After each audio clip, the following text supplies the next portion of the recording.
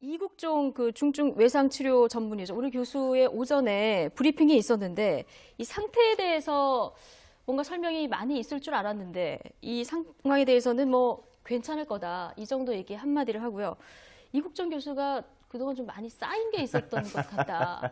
예, 이런 느낌이. 제가 볼 때는요, 저도 뭐 김종대 의원을 잘 압니다. 예. 잘 알고 뭐 그렇게 알고 지낸 게 뭐 10년도 넘게 되는데요. 또 그분이 주최하는 세미나에 가서 얘기도 하고 뭐 정의당에 계신다는 것 다 아실 텐데 그럼에도 불구하고 정말 그 북한군 병사를 살려내기 위한 그 노력 그런 데 예. 대한 감사와 고마움 그런 것들이 좀 더 잘 표현을 했으면 좋지 않았을까 하는 생각을 해요. 그러니까, 사실은요, 제가 조금만 더 얘기할게요. 사실은 이번에 우리 이국종 교수가 북한군 병사의 몸 안에서 우리 김주환 선생이 얘기한 것처럼 그 안에서 옥수수가 나오고 그 안에서 이렇게 해충이 이렇게 나온다는 걸 만일 우리 국민들 전체가 이번에 다 알았잖아요. 그렇죠. 만일 예. 그걸 모르게 된다면 북한에 대한 인도적인 지원 문제가 나왔을 때 어느 국민이 거기에 대해서 동의해 주겠습니까?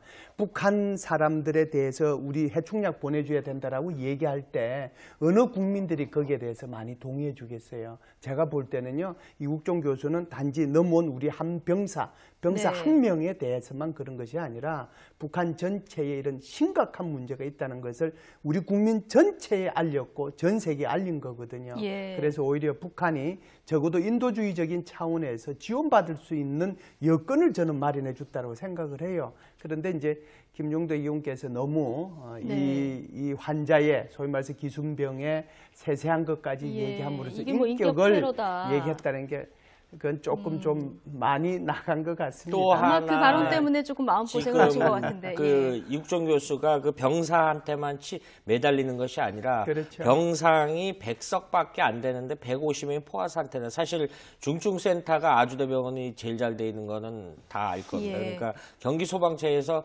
본인이 그냥 오는 환자를 치료하는 것이 아니라 그 닥터 헬기를 타고 출동을 해서 구조를 하는데 일부 그런 볼멘 소리도 한다라고 합니다. 다른 환자들이 왜 내 가족이 급한데 왜 그 병사한테만 매달리냐. 그래서 본인은 뭐 그 가정도 거의 포기하고 집에도 거의 못 들어가고 저 상황에서 하는데 병원장은 또 병원장 입장에서 언급을 했으니까 좀 굉장히 마음감이 교차하는 부분을 오늘 기자회견 통해서 여러 가지 언급을 했다라고 봅니다. 예. 거기는 중증외상센터가 또 하나의 어떻게 보면 전쟁터라고도 볼 수 있지 않습니까? 그래서 굉장히 위중한 사람들만 가서 네, 치료를 받는 곳인데. 국방부에서 지금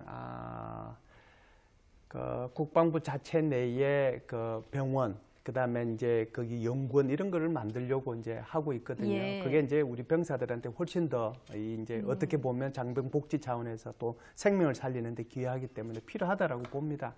그 중에 제일 필요한 것이 바로 이국종 교수가 하고 있는 것이 외상 중증 환자들. 예. 우리 이제 군에서는 전부 다 이렇게 폭약이나 탄약 이런 것들 다루기 때문에 문제가 생기면 전부 다 그런 것들이잖아요.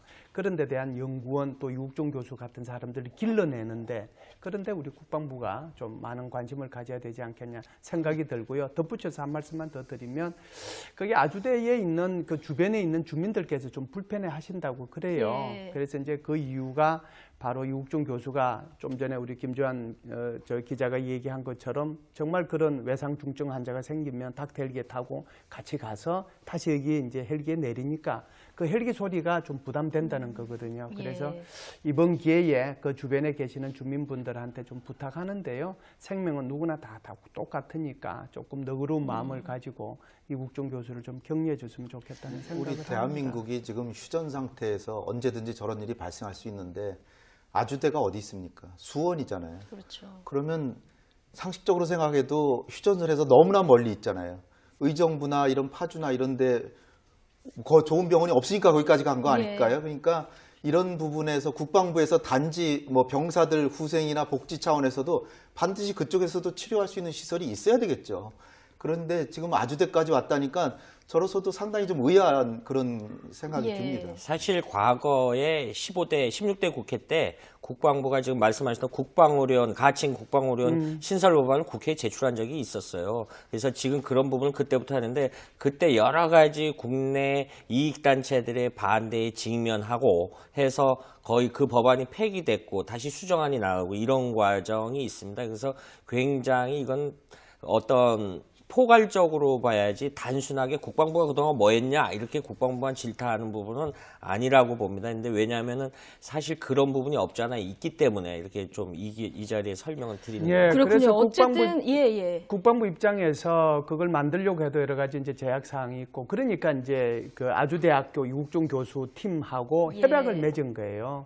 그렇기 때문에 이번에 이제 그쪽으로 가서 생명을 살린 거죠. 그렇지 않았으면 아마 협약이 안 돼 있기 때문에 여러 가지 또 어려움이 아마 있었으리라고 생각을 합니다. 그렇군요. 이국종 교수 오늘 내가 외상센터 이렇게 어렵게 지은 외상센터 지을 때보다도 병원장의 호출이 훨씬 더 많았다. 이 한 환자 치료를 하면서 이 얘기를 했는데 이 환자를 치료하는 데만 전념할 수 없는 이런 분위기가 좀 감지가 되긴 했거든요. 사실 그 더스트오프라고 미군 헬기라고 했는데 그들은 하는데 왜 우리는 못하느냐라는 부분인데 사실은 경비 문제가 굉장히 많이 뒤따른다라고 합니다. 그런데 특정 병원을 언급할 수는 없으나 수도권의 빅5 병원 중에 엄밀하게 2차 진료기관으로만 선정이 돼 있지 이 빅5 기관에 교통 환자들을 받기 시작한다. 그러면 사람의 욕망상 일선 의료는 안 갈 겁니다. 이런 이중성들이 있기 때문에 이 부분은 단순하게 왜 그거를 안 했느냐라고 질타하기는 JS에서 지난 13일 곤란하다고. 발생한 북한군 귀순 사건 조사 결과를 오늘 발표했습니다. 이와 함께 북한군 귀순 장면이 담긴 CCTV 영상도 공개했는데요. 네, 김형덕 한반도 평화번영연구소장, 김대영 국가전략연구원 편집위원과 함께 관련 소식 자세히 짚어보겠습니다. 두 분 어서 오십시오. 어서 오세요. 자, 함께 보신 대로 지난 13일 북한군 한 명이 JS를 통해서 남쪽으로 넘어온 사건이 발생한 직후부터 유엔사가 꾸준히 사건 경위를 조사해 왔는데요. 오늘 조사 결과를 발표했습니다. 다시 한번 이 부분 좀 짚어주실까요? 네. 두 가지로 좀 요약을 해볼 수 있겠습니다. 그리고 네. 북한이 우리 남측을 향해서 사격을 했다는 것도 영상을 통해서 명백하게 공개가 됐고요. 네. 또 한 가지는 이 귀순 이후에 대대장이 과연 어떠한 역할을 했느냐에 대해서도 최근 들어 논란이 불거졌는데 그 부분도 영상 공개를 통해서 명백하게 확인이 됐고요. 그리고 또 한 가지는 이제 유엔사에서 북한이 이러한 월경 행위라든가 그다음에 예. 총격과 관련돼서 명백한 그런 잘못을 했다라는 부분을 지적을 한 것이 가장 큰 특징이라고 할 수 있겠습니다. 그렇군요. 소장님께서는 이번 이 CCTV 영상 오늘 이제 처음 공개되고 보셨을 텐데 어떻게 보셨습니까? 처음에 좀 놀랐고. 예. 근데 뭐 예전에도 있었던 일이고 총격 사건은 이번에 있은 게 좀 특징점이 있지만 예. 저런 사건들은 과거에도 있어 왔기 때문에 근데 영상이 통상적인- 공개되니까 되게 좀 충격적이더라고요. 예전에는 이게 영상이 공개되지 않고 조용히 그 그렇죠. 시대에 따라서 예. 근데 이제 지금은 모든 게 CCTV에 이제 영상이 잡히기 때문에. 담기니까 조금 국민들도 놀랐을 것 같아요. 예. 지금 이제부터 하나하나 차근차근 좀 짚어보겠습니다. 예. 먼저 유엔군 사령부가 이제 JS의 기순 경위를 조사를 해봤더니 추격하던 중에 북한군이 군사 분계선을 넘어왔고 또 총탄도 넘어왔다. 이게 좀 밝혀졌거든요. 이 부분 저희가 좀 앞으로 이제 후속 대책을 북한에 어떤 것들을 우리가 좀 요구할 수 있는 겁니까? 예. 일단은 저희가 이제 북한에 항의할 수 있겠죠. 그런데 이제 정전협정 위반 여부는 예. 과거에도 수천 차례가 있어 왔기 때문에 서로 그런 사례가. 그거를 이제 북한에 대해서 우리가 강제할 수 있는 수단은 없습니다. 예. 그게 아쉽고 남북 관계가 지금까지 경색되어 있을 상황에는 이런 사안이 났을 때 문제 해결이 상당히 어렵습니다. 그러니까 분명히 북한이 실수를 한 부분이긴 하지만 잘못된 이전에도 그런 거죠. 사례가 있었기 때문에 이걸 가지고 뭔가를 요청하기는 쉽지 않다. 네네. 이런 북쪽이 말씀. 옹호하지 않으면 할 수가 없는 겁니다. 그렇군요. 그리고 아까 우리 김 의원님께서 얘기하신 대로 영상을 보면은 JS 우리 군 경비 대대장분이 예. 맨 처음에 구해서 데려왔다. 예. 왜 부하를 시키지 않았느냐. 위험했기 때문에 그랬다라고 하셨는데 봤더니만 이제 그 부사관 2명이 포복을 한 게 나타났고 그렇죠. 대대장분은 안 계셨어요. 예. 이 부분도 좀 의혹이 해소되긴 했습니다만 좀 그렇습니다. 어떻게 보셨습니까? 최초에 그러니까 국방부와 합참에서 약간 이 전달 과정에서 예. 그러니까 국방부에 또 출입 기자분들이 계시지 않습니까? 이런 전달 과정에서 약간 표현상에 좀 문제가 있었던 걸로 보여지고요. 그래서 사실 의혹이 아닌 의혹으로 불거졌습니다. 사실 이 문제가. 우리 속담에 그런 말도 있죠. 아 다르고 어 다르다라는 그런 말이 그렇죠. 있는데 예. 이제 최초에는 부사관 그리고 대대장들 뭐 이런 식으로 이제 표현이 돼가지고 그럼 당시 대대장은 뭐했냐라고 이제 많은 기자들이 질문을 했고 예. 그 부분에 있어서 좀 명확하게 좀 설명을 못해서 사실 의혹이 좀 커진 부분이 있습니다. 하지만은 분명한 것은 대대장이 그 현장에 있었고 그 다음에 같이 가긴 했던 거죠. 같이 그렇죠. 갔고 그다음에 또 이제 중요한 것이 이번 오늘 그 기자회견에도 나왔지만은 미 측 대대장은 상황시에서 상황을 전반적으로 관리를 했고 그렇죠. 한 측 대대장은 이 부사관 2명과 함께 현장으로 가서 그 병사를 데려오는데 그 엄호라든가 현장 지휘를 했다는 것이 명백하게 밝혀졌기 때문에 그런 점을 우리가 좀 주의 깊게 근데 살펴볼 필요가 부하들을 있습니다. 보내지 않았냐는 질문에 왜 아이들을 보낼 수 없었다라고 답은 왜 그렇게 했을까요? 아무래도 이제 그 JSA 우리 대대 중에는 예. 사병들도 있고 부사관도 있고 장교도 있지 않습니까? 예. 뭐 저도 이제 얼핏 들어서 알게 되었지만은 사병들 같은 경우는 사실 이제 의무 복무를 통해서 들어온 장병들이기 때문에 자칫 이런 장병들이 총격을 당한다 이럴 경우에는 부모님 마음에 정말 깊은 상처를 줄 수 있기 때문에 당시 대대장께서 그렇게 판단을 한 걸로 이렇게 보여집니다. 그렇군요. 예, 알겠습니다. 이번 북한 병사 귀순 사건을 계기로 이제 예. 북한군의 인권 실태가 좀 다시 한번 조명이 되고 있는 것 같습니다. 뭐 주치가 내렸던 이야기에 따르면 안에서 이제 기생충도 굉장히 큰 것들이 발견이 해충 같은 됐고 게, 그리고 이제 뱃속에서 뭐 옥수수나 이런 것밖에 발견이 되지 않았다라는 이야기들이 나오면서 인권 실태가 다시 한번 조명되고 있는데 실제로 좀 북한군이셨기 때문에 당시에 북한군의 지금 이 상황이 좀 어떻습니까? 저희는 이제 과거에도 북한군에 있었고 지금 계속 오시는 분들도 저희가 접촉을 하기 때문에 예. 북한군 내 실태를 정확히 이해하고 있습니다. 예, 어떻습니까? 북한군의 인권하고는 상관은 없는 것 같고요. 그래요. 다만 이제 북한의 전체적인 국가 사정이 남한의 40년 이전의 국가 수준이거든요. 단순히 북한군만 이렇게 열악한 것이 아니라 네. 북한 주민 전체가 다 이렇게 전체가 열악하다. 열악한 거기 예. 때문에 그런 거고요. 그것이 군에서 특별히 그것을 원래는 군은 이제 구충제라는 거를 봄가을에 줍니다. 예. 근데 개별적으로 본인이 복용하는 분들도 있고 안 하는 분들도 하시는 분도 있어요. 계시고. 안 하는 분들은 그게 있는 거고요. 하는 분들은 그게 없는 거고 이런 거거든요. 개인 차이가 조금 있습니다. 그러니까 소장님이 예. 보실 때는 그 북한군 내에서 어떤 그런 그 대우라든가 이런 것들이 뭐 인권 문제를 제기할 만한 그런 부분을 좀 확대 생산하는 거지 크게 그런 부분은 아니라고 생각하시는 거예요? 1990년 이전에는 북한의 군 인권 기준으로 봤을 때는 남한보다 더 나았었고요. 1990년 기준으로. 예. 이전에. 예. 그 이후로는 지금 더 악화되고 있는 게 현실입니다. 왜 그러냐면 만성적인 경제난하고 식량 부족으로 인해서 군의 보급품이 안 차려지다 보니까 군에서 범죄도 많이 일어나고 어떤 사건들이 많이 일어나고 군 내에서? 예, 일어나고 있습니다. 근데 그 전에는 북한 경제가 정상적으로 작동할 때는 구타 자체가 굉장히 엄격하게 제한됐었어요. 오히려 군 내에서요? 90년 이전에는 이전에는? 구타하게 되면 영창 갔어요. 누군가를 구타하면은 그 사람 장래가 없어지는 겁니다. 그래서 구타가 거의 오히려 적었죠. 남한보다. 없었는데. 근데 남한은 계속 발전하면서 그게 좋아졌고 예. 북한은 후퇴한 거죠. 그렇게 실제로 이해하시면 뭐 그 계실 때나 그 먹는 음식 같은 게 뭐 실태가 어때요? 북한군은 지금 앞서서 말씀드렸지 1990년 이전에는 군이 보급품이 충분했기 때문에 배고픔이 없었습니다. 그런데 90년 이후에 식량난, 경제난이 닥치면서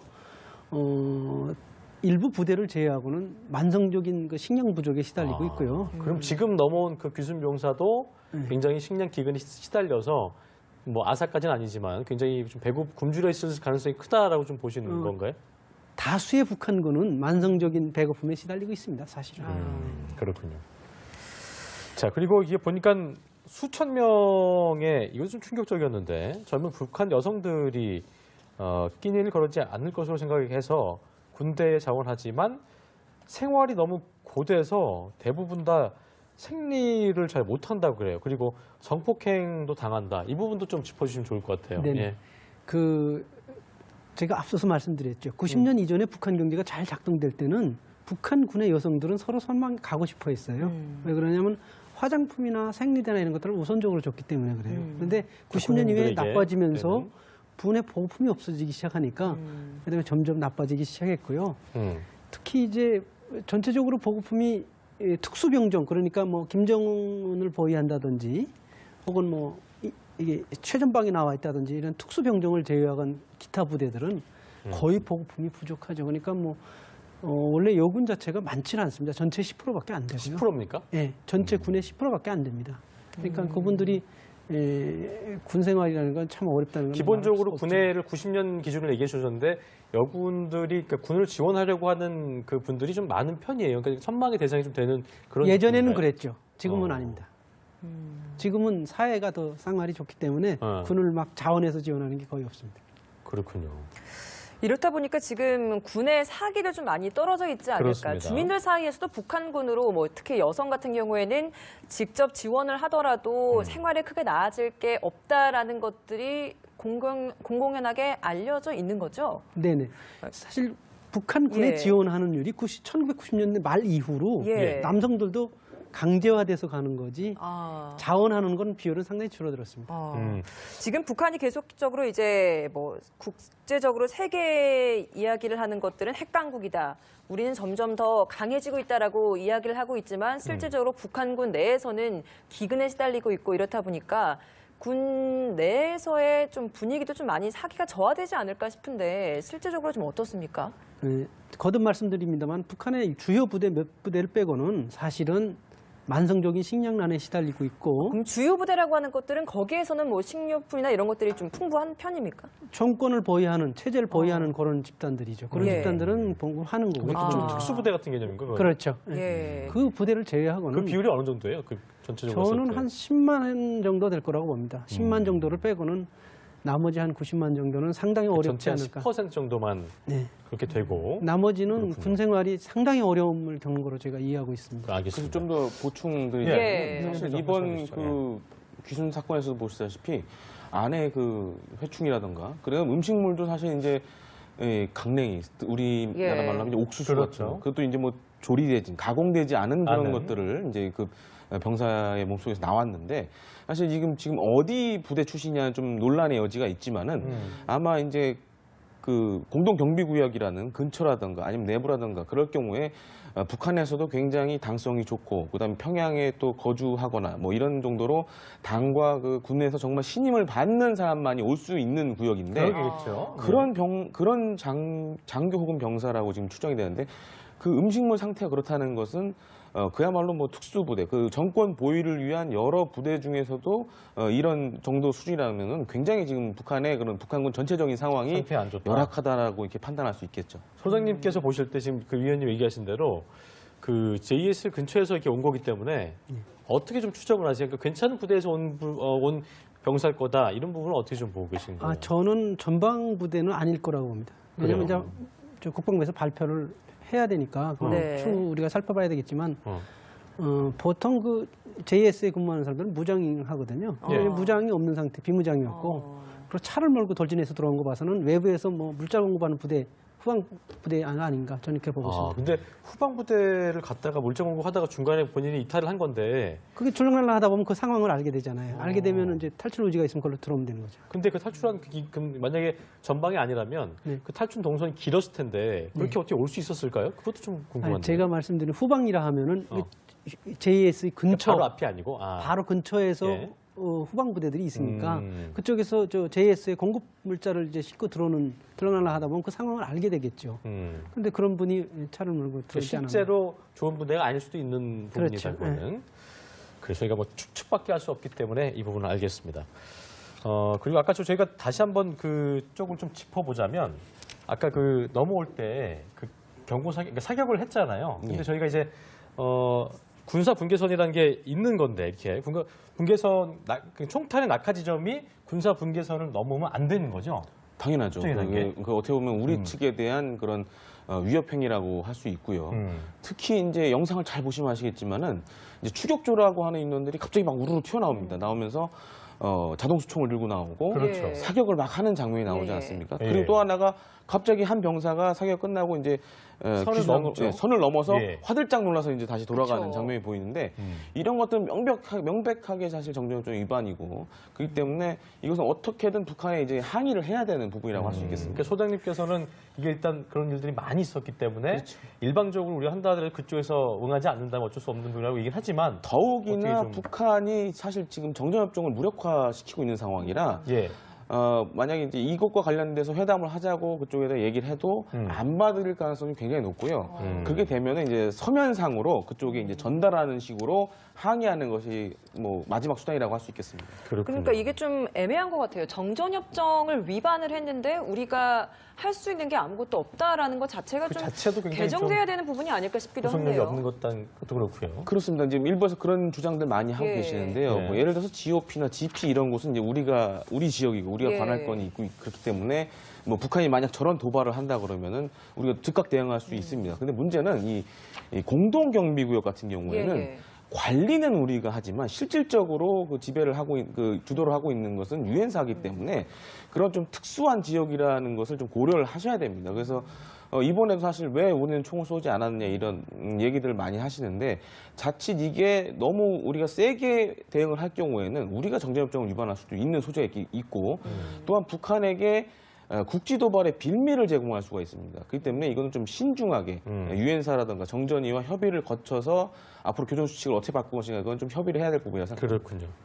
이게 보니까 북한군이 한국으로 귀순한 게 이제 올 들어 3번째인데요. 그러니까 JS를 통해 귀순한 게 이제 2007년 이후에 10년 만의 일인 건데 김정은이 이제 백강국이 됐다고 주장하고 선전하고 있지만 아까 말씀드린 대로 정작 북한군의 어떤 이런 그 상황은 열악하기 때문에 사기와 전력이 좀 약화되고 있다. 이런 부분을 봤을 때 결과적으로 앞으로도 국제사회 제재가 더 강해진다면 이 부분이 심해질 수밖에 없다고 볼 수밖에 없겠네요. 어떻게 좀 예상하세요? 사실은 북한이 정상국가화가 되는 게 우선이고요. 정상국가가 되지 않은 남북관계는 계속 불안정하게 돌아갈 겁니다. 왜 그러냐면 우리하고 관계가 있으면은 그러면서 규제할 수 있는 수단들이 있는데 예. 관계가 없으면 규제할 수 있는 수단이 없는 겁니다. 장치 자체가 없기 때문에 사실 남북 관계가 정상적인 관계로 언젠가는 전환이 돼야 됩니다. 그게 큰 틀에서 의미가 있고요. 그렇지 않은 경우에는 계속 이런 불미스러운 갈등 관계로 갈 수 있고 또 북한 내 식량 사정도 어려워짐으로써 그렇죠. 또 이런 사안들이 계속 발생할 수가 있거든요. 그렇다고 해서 북한 정권이 흔들리느냐? 그렇지 않습니다. 그렇기 때문에 정권은 흔들리지 않는다. 그냥 북한 인민들만 고통을 당하는 거죠.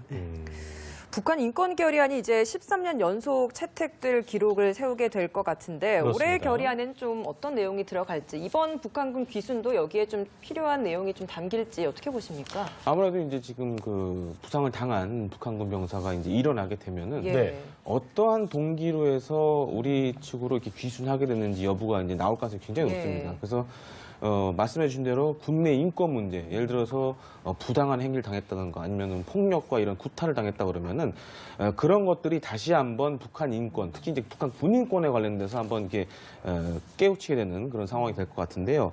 특히 이제 이번 결의안에는 뭐 이산 가족이라든지 북억류자 뭐 조치 이런 요구들이 들어가 있고요. 특히 여기에 또 우리가 생각해야 될 것이 그러니까 올해 있었던 오토 원비어 사건도 굉장히 큰 여파를 준 걸로 이렇게 생각이 예. 됩니다. 그렇죠. 특히 이제 오토 원비어 같은 경우에는 북한 측이 굉장히 실수를 한 게 미국 측의 오토 원비어의 상태에 대해서 일절 얘기를 하지 않았고 뭐 잘 있다라는 얘기만 계속 했었으니까요. 그렇기 때문에 사실 지금 북미 관계가 이렇게 안 좋아지게 된 것도 사실 이 오토 원비어 사건이 북한 측이 너무 많은 과오를 저질렀기 결정적인 때문에 부분이었고. 그렇습니다. 그렇기 때문에 이런 것들 때문에 향후 그래서 오토 원비어 사건으로 또 국제사회, 미국 다 이제 북한 인권에 대해서 관심을 지금 갖게 아프리카 됐기 쪽에다가도 제재를 계속 하라고 압박하고 있기 때문에 예. 이름 더욱더 고립될 수밖에 없는 그런데 상황이겠습니다. 지금 그 미국이 하고 있는 것이 네. 북한과 외교를 맺고 있는 나라들을 다 이제 그렇죠. 차단하는 그런 지금 제재 조치를 가하고 있는데 앞으로 이 인권과 함께 그러한 조치들이 좀 더 가속화될 걸로 생각이 됩니다. 끝으로 소장님께 한 가지만 더 여쭤보고 마무리 짓겠습니다. 이게 그 북한 입장에서는 북한군 병사의 탈북 사실에 대해서도 국민들이 어떤 동요를 할 수 있다는 걸 우려해서 사실을 좀 숨긴다거나 아니면은 뭐 한국 정부가 납치를 했다면서 왜곡 보도를 한다거나 이걸 그러면서 송환을 요구할 가능성도 있을 텐데 이 부분은 어떻게 좀 보시는지 끝으로 한 말씀 해주시죠. 일단은 내부적으로 얘기를 안 할 겁니다. 은폐할 것이다. 예, 은폐할 것이고 또 과거에도 그랬고요. 근데 그건 남북한이 계속 그래왔습니다. 상호 그래왔는데 이제 남한은 선진국으로 가면서 그런 것들이 다 개방되는 쪽으로 가고 있고 예. 북한은 계속 그 상황에 머무르 있는 겁니다. 그래요. 알겠습니다. 지금까지 김영덕 한반도 평화번영연구소장 그리고 김대영 국가전략연구원 편집위원과 함께 자세한 내용 짚어봤습니다. 오늘 말씀 고맙습니다. 고맙습니다. 이국종 그 중증 외상 치료 전문의죠. 우리 교수의 오전에 브리핑이 있었는데 이 상태에 대해서 뭔가 설명이 많이 있을 줄 알았는데 이 상황에 대해서는 뭐 괜찮을 거다 이 정도 얘기 한마디를 하고요. 이국종 교수가 그동안 좀 많이 쌓인 게 있었던 것 같다. 예, 이런 느낌이. 제가 볼 때는요, 저도 뭐 김종대 의원을 잘 압니다. 예. 잘 알고 뭐 그렇게 알고 지낸 게 뭐 10년도 넘게 되는데요. 또 그분이 주최하는 세미나에 가서 얘기도 하고 뭐 정의당에 계신다는 것 다 아실 텐데 그럼에도 불구하고 정말 그 북한군 병사를 살려내기 위한 그 노력, 그런 데 예. 대한 감사와 고마움, 그런 것들이 좀 더 잘 표현을 했으면 좋지 않았을까 하는 생각을 해요. 그러니까, 사실은요, 제가 조금만 더 얘기할게요. 사실은 이번에 우리 이국종 교수가 북한군 병사의 몸 안에서 우리 김조한 선생이 얘기한 것처럼 그 안에서 옥수수가 나오고 그 안에서 이렇게 해충이 이렇게 나온다는 걸 만일 우리 국민들 전체가 이번에 다 알았잖아요. 그렇죠. 만일 예. 그걸 모르게 된다면 북한에 대한 인도적인 지원 문제가 나왔을 때 어느 국민이 거기에 대해서 동의해 주겠습니까? 북한 사람들에 대해서 우리 해충약 보내줘야 된다라고 얘기할 때 어느 국민들이 거기에 대해서 많이 동의해 주겠어요? 제가 볼 때는요, 이국종 교수는 단지 넘어온 우리 한 병사 네. 한 명에 대해서만 그런 것이 아니라 북한 전체에 이런 심각한 문제가 있다는 것을 우리 국민 전체에 알렸고 전 세계에 알린 거거든요. 예. 그래서 오히려 북한이 적어도 인도주의적인 차원에서 지원받을 수 있는 소장 김대영 국가전략연구원 편집위원과 함께 관련 소식 자세히 짚어보겠습니다. 두 분 어서 오십시오. 어서 오세요. 자, 함께 보신 대로 지난 13일 북한군 한 명이 JS를 통해서 남쪽으로 넘어온 사건이 발생한 직후부터 유엔사가 꾸준히 사건 경위를 조사해 왔는데 오늘 조사 결과를 발표했습니다. 다시 한번 이 부분 좀 짚어주실까요? 네. 두 가지로 좀 요약을 해볼 수 있겠습니다. 그리고 네. 북한이 우리 남측을 향해서 사격을 했다는 것도 영상을 통해서 명백하게 공개가 됐고요. 네. 또 한 가지는 이 귀순 이후에 대대장이 과연 어떠한 역할을 했느냐에 대해서도 최근 들어 논란이 불거졌는데 그 부분도 영상 공개를 통해서 명백하게 확인이 됐고요. 그리고 또 한 가지는 이제 유엔사에서 북한이 이러한 월경 행위라든가 그다음에 예. 총격과 관련돼서 명백한 그런 잘못을 했다라는 부분을 지적을 한 것이 가장 큰 특징이라고 할 수 있겠습니다. 그렇군요. 소장님께서는 이번 이 CCTV 영상 오늘 이제 처음 공개되고 보셨을 텐데 어떻게 보셨습니까? 처음에 좀 놀랐죠. 놀랐고. 예. 근데 뭐 예전에도 있었던 일이고 총격 사건은 이번에 있은 게 좀 특징점이 있지만 예. 저런 사건들은 과거에도 있어왔기 때문에 뭐 근데 영상이 통상적으로- 공개되니까 되게 좀 충격적이더라고요. 예전에는 이게 영상이 공개되지 않고 조용히 그 그렇죠. 시대에 따라서 예. 근데 이제 지금은 모든 게 CCTV에 이제 영상이 잡히기 때문에. 담기니까 조금 국민들도 놀랐을 것 같아요. 예. 지금 이제부터 하나하나 차근차근 좀 짚어보겠습니다. 예. 먼저 유엔군 사령부가 이제 JS의 기순 경위를 조사를 해봤더니 추격하던 중에 북한군이 군사 분계선을 넘어왔고 또 총탄도 넘어왔다. 이게 좀 밝혀졌거든요. 이 부분 저희가 좀 끈을 저는 마련해 줬다고 생각을 해요. 그런데 이제 김종대 의원께서 너무 이 환자의 소위 말해서 기순병의 세세한 것까지 예. 얘기함으로써 이게 뭐 인격 인격을 테러다. 얘기했다는 게 그건 조금 좀 많이 나간 것 같습니다. 또 아마 그 하나, 발언 때문에 조금 마음고생을 하신 것 같은데. 그 이국종 교수가 그 병사한테만 매달리는 것이 아니라 그렇죠. 병상이 100석밖에 안 되는데 150명이 포화 상태는 사실 중증센터가 아주대병원이 제일 잘 돼 있는 거는 다 알 겁니다. 예. 그러니까 경기 소방차에서 본인이 그냥 오는 환자를 치료하는 것이 아니라 그 닥터 헬기를 타고 출동을 해서 구조를 하는데 일부 그런 볼멘 소리도 한다라고 합니다. 다른 환자들이 왜 내 가족이 급한데 왜 그 병사한테만 매달리냐. 그래서 본인은 그 가정도 거의 포기하고 집에도 거의 못 들어가고 저 상황에서 하는데 병원장은 또 병원장 입장에서 언급을 했으니까 좀 굉장히 마음감이 교차하는 부분은 오늘 기자회견을 통해서 여러 가지 언급을 했다라고 봅니다. 예. 거기는 중증외상센터가 또 하나의 어떻게 보면 전쟁터라고도 볼 수 있지 않습니까? 그래서 굉장히 위중한 사람들만 가서 네, 치료를 받는 곳인데. 국방부에서 지금 그 국방부 자체 내에 그 병원, 그다음에 이제 거기 연구원 이런 거를 만들려고 이제 하고 있거든요. 예. 그게 이제 우리 병사들한테 훨씬 더 이제 어떻게 보면 장병 복지 차원에서 또 생명을 살리는데 기여하기 때문에 필요하다라고 봅니다. 그 중에 제일 필요한 것이 바로 이국종 교수가 하고 있는 것이 외상 중증 환자들. 예. 우리 이제 군에서는 전부 다 이렇게 과정이 있습니다. 그래서 굉장히 이건 어떤 포괄적으로 봐야지 단순하게 국방부가 그동안 뭐 했냐 이렇게 국방부만 질타하는 부분은 아니라고 봅니다. 근데 왜냐하면은 사실 그런 부분이 없잖아요. 있기 때문에 이렇게 좀 이 자리에 설명을 드리는 거예요. 예, 그렇군요. 그래서 어쨌든 예. 국방부 입장에서 그걸 만들려고 해도 여러 가지 이제 제약 사항이 있고 그러니까 이제 그 아주대학교 이국종 교수 팀하고 예. 협약을 맺은 거예요. 그렇기 때문에 이번에 이제 그쪽으로 가서 생명을 살린 거죠. 그렇지 않았으면 아마 협약이 안 돼 있기 때문에 여러 가지 또 어려움이 아마 있었으리라고 생각을 합니다. 그렇군요. 이국종 교수, 오늘 내가 외상센터 이렇게 어렵게 지은 외상센터 지을 때보다도 병원장의 호출이 훨씬 더 많았다. 이 한 환자 치료를 하면서 이 얘기를 했는데, 이 환자를 치료하는 데만 전념할 수 없는 이런 분위기가 좀 감지가 되긴 했거든요.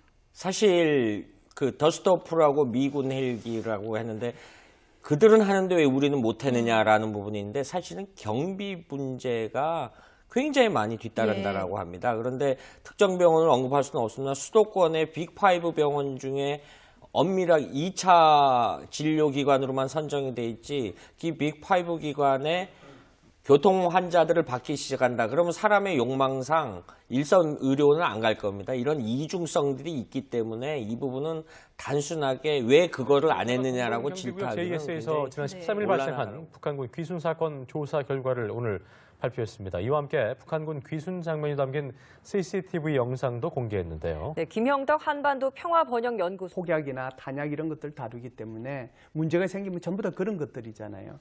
그런 데 대한 연구원 또 이국종 교수 같은 사람들을 길러내는데, 그런데 우리 국방부가 좀 많은 관심을 가져야 되지 않겠냐 생각이 들고요. 덧붙여서 한 말씀만 더 드리면, 거기 아주대에 있는 그 주변에 있는 주민들께서 좀 불편해 하신다고 그래요. 네. 그래서 이제 그 이유가 바로 이국종 교수가 좀 전에 우리 김주환 저 기자가 얘기한 것처럼 정말 그런 외상 중증 환자가 생기면 닥터 헬기에 타고 같이 가서 다시 여기 이제 헬기에 내리니까 그 헬기 소리가 좀 부담된다는 거거든요. 그래서 이번 기회에 그 주변에 계시는 주민분들한테 좀 부탁하는데요. 생명은 누구나 다 똑같으니까 조금 너그러운 마음을 가지고 이국종 교수를 좀 격려해 줬으면 좋겠다는 생각을 우리 합니다. 대한민국이 지금 휴전 상태에서 언제든지 저런 일이 발생할 수 있는데 아주대가 어디 있습니까? 수원이잖아요. 그렇죠. 그러면 상식적으로 생각해도 휴전을 해서 너무나 멀리 있잖아요. 의정부나 이런 파주나 이런데 좋은 병원이 없으니까 거기까지 간 거 아닐까요? 그러니까 이런 부분에서 국방부에서 단지 뭐 병사들 후생이나 복지 차원에서도 반드시 그쪽에서도 치료할 수 있는 시설이 있어야 되겠죠. 그런데 지금 아주대까지 왔다니까 저로서도 상당히 좀 의아한 그런 생각이 듭니다. 사실 과거에 16대 국회 때 국방부가 지금 말씀하셨던 국방의료원, 가칭 국방의료원 신설 법안을 국회에 제출한 적이 있었어요. 그래서 지금 그런 부분을 그때부터 하는데, 그때 여러 가지 국내 이익단체들의 반대에 직면하고 해서 거의 그 법안이 폐기됐고 다시 수정안이 나오고 이런